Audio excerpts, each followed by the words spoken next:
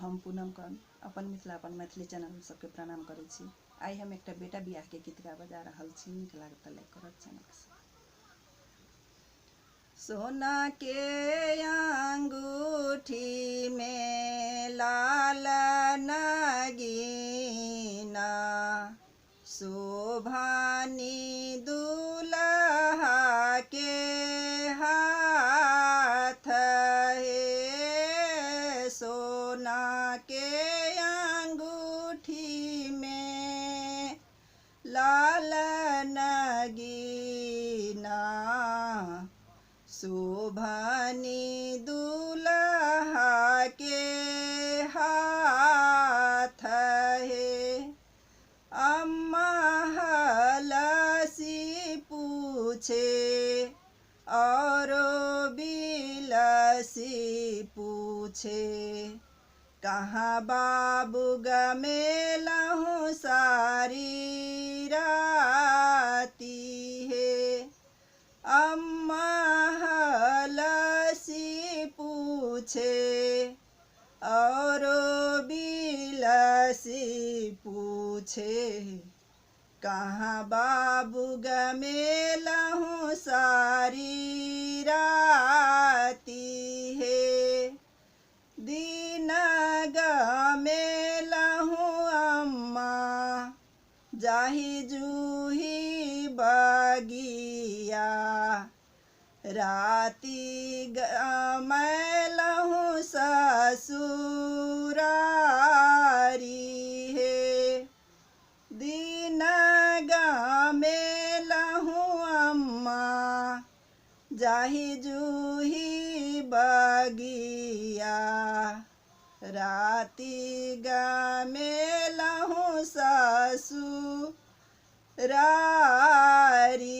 है। आहूँ सा प्यारी अम्मा सासु अपन छथिन, नित उठी खुआबथि दूध भात है।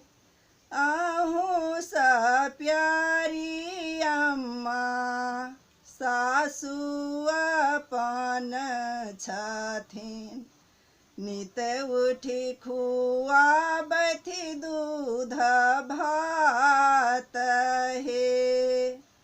सोना के अंगूठी में लाल नगीना, शोभानी दूल्हा के हाथ है। भाभी हलसी पूछे और बिलसी पूछे, कहाँ देवर गमेलहूँ सारी राती है। भाभी हलसी पूछे और बिलसी पूछे, कहाँ बाबू गमेलहूँ सारी राती है।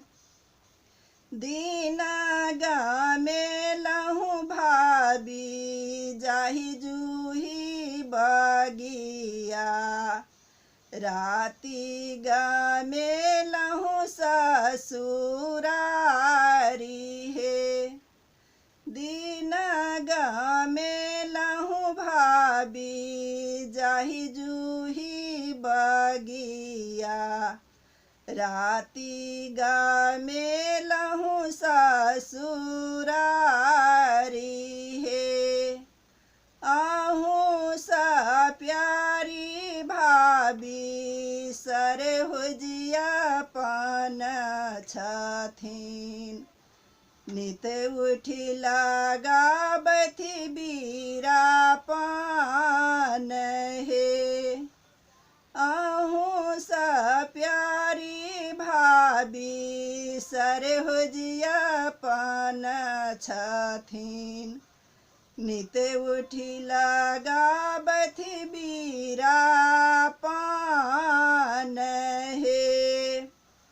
सोना के अंगूठी में लाल नगीना शोभानी दूल्हा के हाथ है।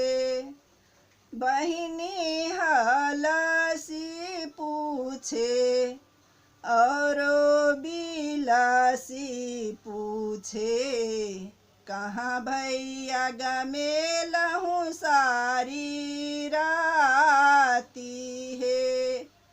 दीदी हलसी पूछे और बिलासी पूछे, कहाँ भाई गमेलहूँ ये तीराती है। दिन गमेलहूँ दीदी जाही जूही बगिया, राती गमेलहूँ ससुरारियो। दिन गमेलहूँ दीदी जाही जूही बगिया, राती गमेलहूँ ससुरारी। आहूँ सा प्यारी दीदी सालिया पान छथिन, नित दिन फूल से ओछाल है। आहूँ सा प्यारी दीदी सालिया पान छथिन, नित दिन फूल से ओछाल